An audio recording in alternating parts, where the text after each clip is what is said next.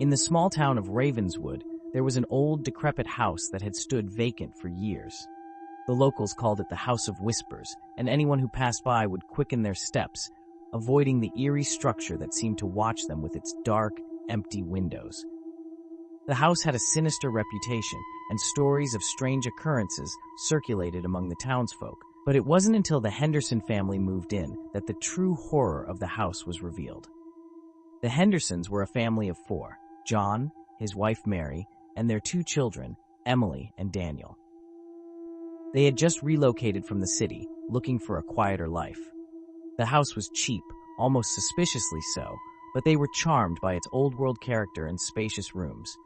Despite the warnings from the townspeople, they moved in, dismissing the superstitions as mere folklore. At first, everything seemed normal. The family settled into their new home, unpacking boxes and making plans to restore the house to its former glory. But it wasn't long before strange things began to happen. It started with the whispers.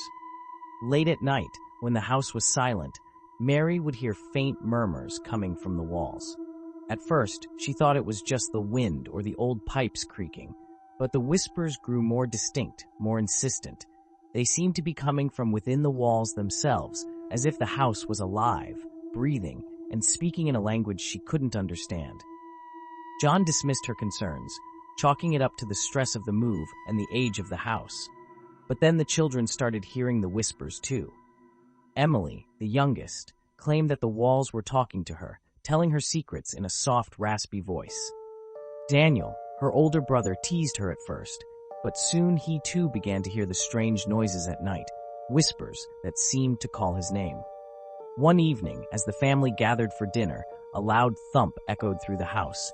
It sounded as if something heavy had fallen upstairs. John went to investigate but found nothing out of place. As he turned to leave, he heard it again, a heavy, rhythmic thudding, like footsteps pacing back and forth in the attic. The attic had been locked when they moved in, and they had never bothered to open it. But now, curiosity got the better of him. He fetched the key from the kitchen drawer and made his way to the attic door.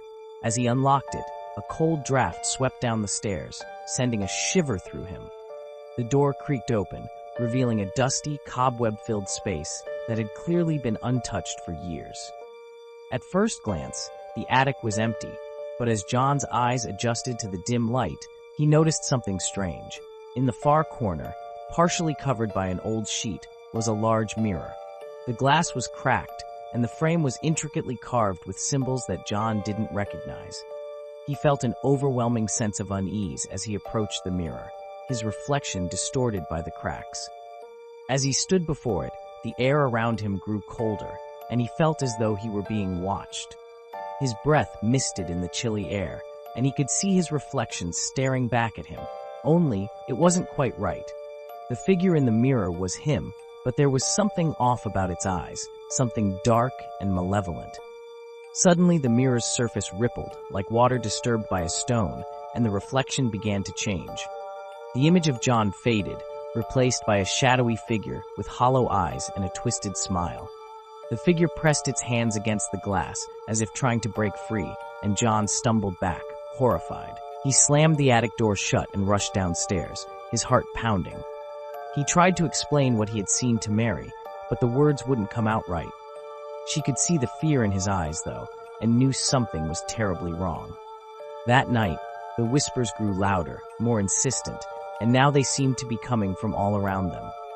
The children huddled in their beds, terrified as the voices echoed through the house.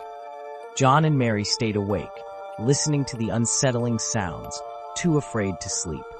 As the hours ticked by, the whispers became screams, agonized cries that reverberated through the walls, filling the house with a sense of dread.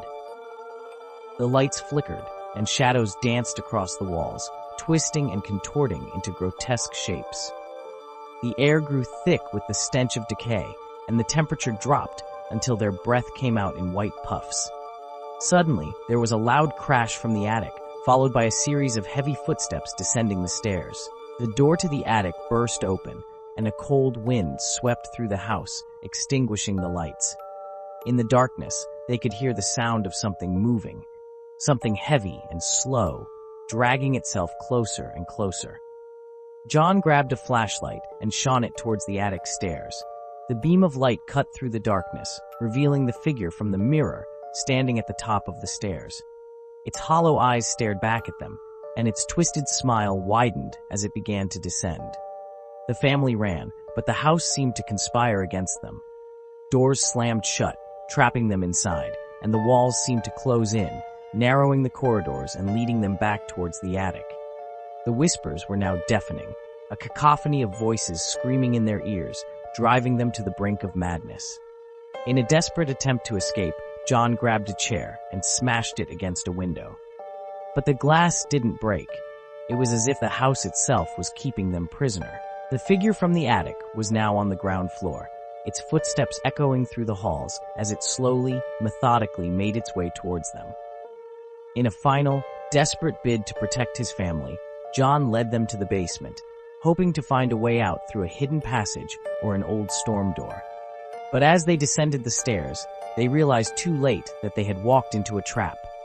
The basement door slammed shut behind them, and the lights flickered out. In the pitch darkness, they could hear the figure's footsteps growing louder, closer. The whispers returned, this time directly in their ears, taunting them, promising them that there was no escape.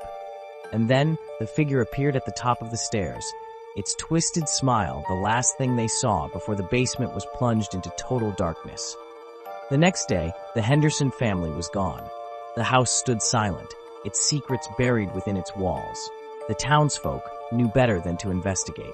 They simply added the Hendersons to the list of those who had vanished within the House of Whispers, another tragic tale to be passed down through the generations. And so, the house remained, waiting for its next unsuspecting victims, its walls forever whispering the horrors that lay within. As the camera pans away from the old house, the whispers can still be heard faintly in the background, a chilling reminder that some places are better left undisturbed. The screen fades to black, leaving viewers with an unsettling feeling that the watcher in the walls might just be real.